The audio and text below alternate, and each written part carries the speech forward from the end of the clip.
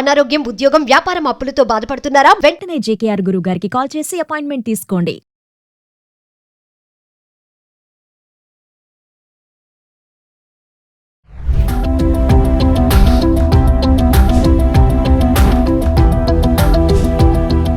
నమస్తే, welcome back to Suman TV. Present మనతో పాటు ఉన్నారు consumers affairs committee chairman Mandri Krishna Reddy గారు.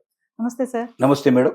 సార్, సిబిల్ స్కోర్ గురించి మనం కొన్ని వీడియోలు చేశాము గతంలో. అయితే ఇప్పుడు మామూలుగా బ్యాంక్ లోన్స్ కానీ క్రెడిట్ కార్డ్ కోసం మనం సిబిల్ స్కోర్ చూడడం జరుగుతుంది. కానీ ఇప్పుడు ఏంటంటే సిబిల్ స్కోర్ సరిగ్గా లేకపోతే ఉద్యోగాలు కూడా ఇవ్వరని చెప్పేసి ఒక కేంద్రం అయితే క్లారిటీ ఇచ్చేసింది. ఒకసారి వాటి గురించి మాట్లాడుకుందాం. సాధారణంగా ఇప్పటిదాకా సిబిల్ ఎవరు అడుగుతున్నారంటే, ఎవరైనా లోన్కి అప్లై చేసుకున్నవాడు సిబిల్ రికార్డు సరిగ్గా ఉందా లేదా అని ఆలోచిస్తారు. సిబిల్ అంటే క్రెడిట్ రికార్డు.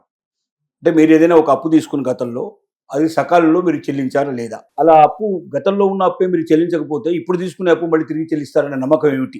ఇంత ముందు వాడికే చెల్లించలేదు మీరు అంటే మీలో ఎగ్గొట్టే లక్షణాలు ఉన్నాయి. మీరు ఎప్పుడైతే ఎగవేత లక్షణాలు మీలో ఉన్నాయో మీకు మేము లోన్ ఇచ్చి అనవసరంగా రేపు పొద్దున అదే జరుగుతుంది కదా మా విషయంలో కూడా. మీకు లోన్ ఎందుకు ఇవ్వాలి? మీకు కాబట్టి మీకు లోన్ ఇవ్వాలి అంటే మీకు క్రెడిట్ కోడ్ బాగుండాలి, క్రెడిట్ స్కోర్ బాగుండాలి, అంటే సిబిల్ రికార్డు బాగుండాలి. అది ఖచ్చితమైన కండిషన్. ఇప్పటిదాకా మన ఇక్కడ లోన్ తీసుకున్నప్పుడు బ్యాంకులు కానీ నాన్ బ్యాంకింగ్ ఫైనాన్స్ కంపెనీస్ కానీ చిట్ ఫండ్ కంపెనీలో కూడా కొన్ని చోట్ల అమలు చేసినటువంటి అవకాశాలు ఉన్నాయి. ఇవి చాలా చోట్ల గతంలో పెట్టారు. అది చాలా ఏళ్ళ నుంచి నడుస్తున్న వ్యవహారం. చిత్రమైన విషయం ఏంటంటే ఇప్పుడు ఉద్యోగాల విషయంలో కూడా క్రెడిట్ స్కోర్ ఉండాలి. సిబిల్ 650 పాయింట్లు సిబిల్ ఉంటే తప్ప కొన్ని ఉద్యోగాలకు అర్హుడు కారు అని చెప్పి సెంట్రల్ గవర్నమెంట్ ప్రకటించింది. దీన్ని స్వయంగా పార్లమెంటు లోపల ఒక సభ్యుడు అడిగిన ప్రశ్నలకి సమాధానంగా తెలియజేశారు. బ్యాంకు ఉద్యోగాలకి, ఆర్థిక సంబంధమైన ఉద్యోగాల్లో తప్పనిసరిగా అభ్యర్థులు ఎవరైతే ఉంటారో వాళ్ళకి సిబిల్ స్కోరు 650 ఉంటే తప్ప వాళ్ళు దానికి ఎలిజిబుల్ కారు అని తెలియజేశారు. అయితే అప్లికేషన్ పెట్టుకునేటప్పుడు అంత ఉండాల్సిన అక్కర్లేదు.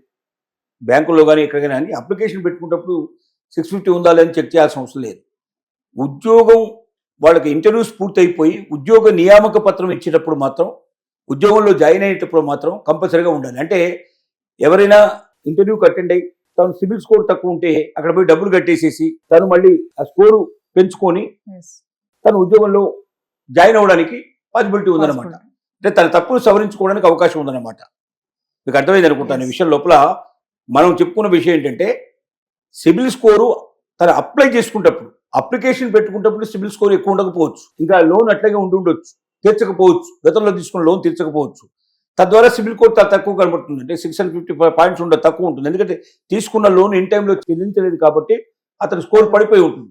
కానీ అతను ఉద్యోగంలో సక్సెస్ అయిపోయి తనకు ఖచ్చితంగా ఆఫర్ లెటర్ వచ్చి తను జాయిన్ అవ్వడానికి సిద్ధపడేటప్పటికి తన స్కోర్ మాత్రం 650 పాయింట్స్ తప్పనిసరిగా వచ్చినట్టుగా చేసుకోవాలి, మినిమంలో మినిమం.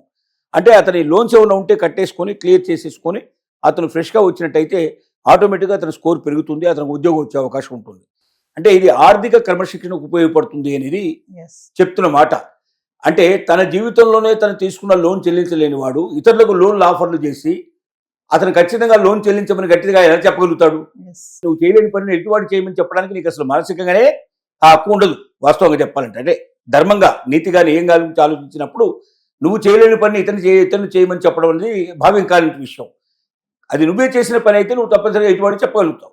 నేను తీసుకున్న లోన్ నేను చెల్లించాను, నువ్వు తీసుకున్న లోన్ కూడా నువ్వు చెల్లించాలి, చెల్లించకపోతే నీ సిబిల్ స్కోర్ తక్కువ అవుతుంది, దానివల్ల నీ పరిస్థితి బాగుంటుందని చెప్పడానికి, ఖచ్చితంగా చెల్లించమని గట్టిగా చెప్పడానికి తను, ఎందుకంటే ఆ ఆర్థిక శాఖలో అది అధికారిగా చేరబోతున్నాడు, బ్యాంకులో అధికారిగా చేరబోతున్నాడు. తను బ్యాంకులో ఉద్యోగం తీసుకుంటున్నప్పుడు ఆర్థిక సంబంధమైన విషయాల్లో అతను ఉంటున్నప్పుడు కొన్ని కోట్ల రూపాయలు అతను చుట్టూ తిరుగుతున్నప్పుడు ఈ రకంగా తప్పుడు ఆలోచనలు ఉండే వ్యక్తులు, ఇతరుల డబ్బులు తీసుకొని సకాలంలో చెల్లించని వ్యక్తులు రేపొద్దున బ్యాంకుల్లో కనబడే డబ్బులు కానీ లేకపోతే ఆర్థిక శాఖలో ఉండేటువంటి డబ్బులు కానీ ఎలా మెయింటైన్ చేస్తారు, ఎలా రక్షిస్తారు అనేది ఒక పెద్ద ప్రశ్న. అలాంటి వాళ్లకు ఉద్యోగ అర్హత లేదు. కాబట్టి మీ సిబిల్ స్కోర్ పెంచుకుంటేనే 650 పాయింట్స్కి మీరు చేరుకుంటేనే మినిమంలో మినిమం మీకు బ్యాంకు ఉద్యోగాలు కానీ కేంద్ర ప్రభుత్వంలో ఆర్థిక శాఖపరమైన ఉద్యోగాలు కానీ మీకు దక్కుతాయి, లేకపోతే మీకు ఇవ్వబడవు అనేది మనకు పార్లమెంటు సాక్షిగా చెప్పారు. కాబట్టి ఇది ఖచ్చితంగా ఇక పాటించబడాల్సిన విషయమే.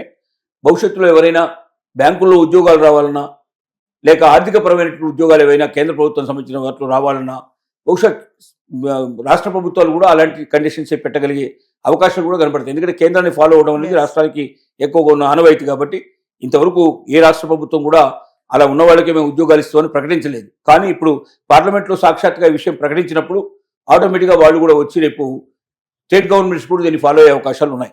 కాబట్టి ప్రతి ఒక్క అభ్యర్థి ఇప్పటి నుంచే తను ఒకవేళ బ్యాంక్ ఎగ్జామ్స్ రాస్తున్నా లేక ఏదైనా ఆర్థికపరమైనటువంటి అంశాలకు సంబంధించినటువంటి ఏదైనా ఉద్యోగంలో జాయిన్ కావాలనుకుంటున్నా, ప్రిపేర్ అవుతున్నా, మీ సిబిల్ కోడ్ని ఇప్పుడే మీరు రెక్టిఫై చేసుకోవడం మంచిది.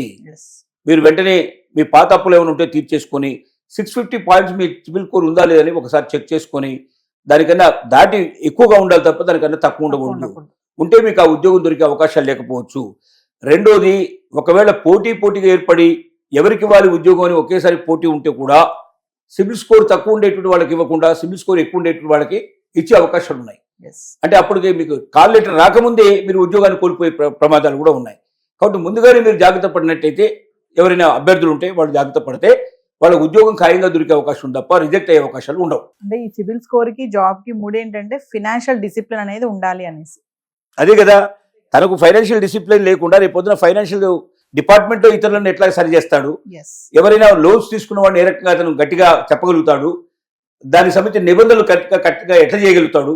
కాబట్టి నువ్వే చేయలేంది మోరల్ గా నువ్వు ఇతరులకు ఏ రకంగా చెప్పడానికి అర్హత ఉండదు నీకు అనేది ఇది సారాంశం. ఎందుకంటే మన భారతదేశం ముఖ్యంగా మోరల్ వాల్యూస్ మీద ఎక్కువగా ఆధారపడే దేశం కాబట్టి ఒక చట్టాలే కాదు, మనిషి మానసికంగా కూడా కొన్నిటికి సిద్ధపడి అతనిలో మంచితనం ఉంటే ఇతరులకు మంచితనం పంచగలుగుతాడు, అతనిలోనే చెడు ఆలోచనలు ఉంటే ఇతరులకి మంచి ఆలోచన ఇవ్వడం చాలా కష్టం అనేటువంటి దృక్పథం మీద ఏర్పడేటువంటి ఆలోచన.